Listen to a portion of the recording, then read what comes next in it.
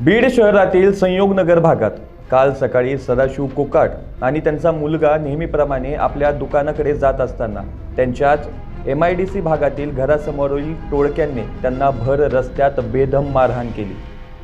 यामध्ये या मारहाणीत गंभीर जखमी झालेले कोकाट पितापुत्र सध्या जिल्हा रुग्णालयात त्यांच्यावर उपचार सुरू आहेत। मात्र याच कोकाट कुटुंबावर गेल्या 5 दिवसांपूर्वी याच टोळक्याने, या टोळक्यात काही महिला देखील आहेत, यांनी घरात घुसून कोकाट कुटुंबातील महिलांना बेदम मारहाण केली होती आणि पुन्हा याच कुटुंबावर छेडछाडीचा गुन्हा देखील या कुटुंबाने दाखल केला।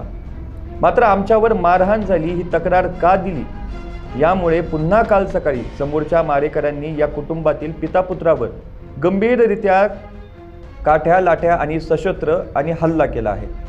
माझ्या घराच्या शेजारी जाणारा आणि त्यांच्या बहिणीचा मुलगा पवन विक्की वीर उर्फ वीर ह्याने माझ्या घरावर पहिलेही कमीत कमी 20-25 लोक आणून हल्ला केला। अद्याप कुठल्याही पोलिसांनी त्याची दखल घेतली नाही आणि ह्याची कंप्लेंट काल घेण्यात आली आणि त्याचा विरोध म्हणून आज माझ्या बंधू आणि माझ्या वडिलाला हाणमार करून धारदार शस्त्राने त्यांच्या डोक्यात मारहाण करून आज त्यांना धारातीर्थी पाडला आहे। आज हे प्रशासन काय करतंय? आज पेठबीड पोलीस स्टेशन एवढं यांच्या हातबल झालंय की त्यांना सहकार्य करत आमची कंप्लेंट सुद्धा घेत नाही। नेमकं काय वाद आहे ते कशामुळे? आमच्या घराला कॅमेरे त्यांना त्याची आडकाठी होत आहे, त्याचं कारण त्यांना माहिती आणि पोलिसांना माहिती।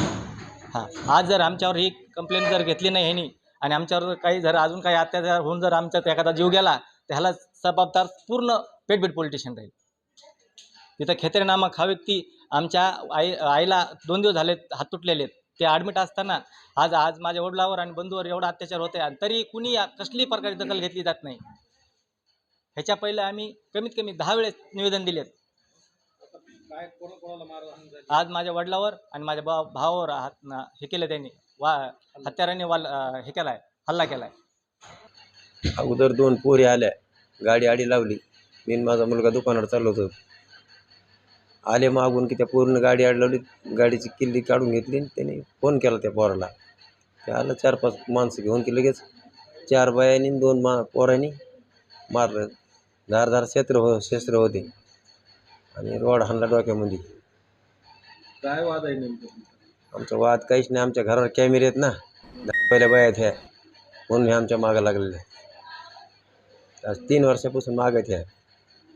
आणि तुमच्यावर या अगोदर सुद्धा हल्ला झाला होता? याच्या अगोदर ते 3-7 त्यांनीच केले, माझ्या घरात घुसून मारलंय आणि हे पेटबीड त्यांच्या पूर्ण मॅनेज आहे।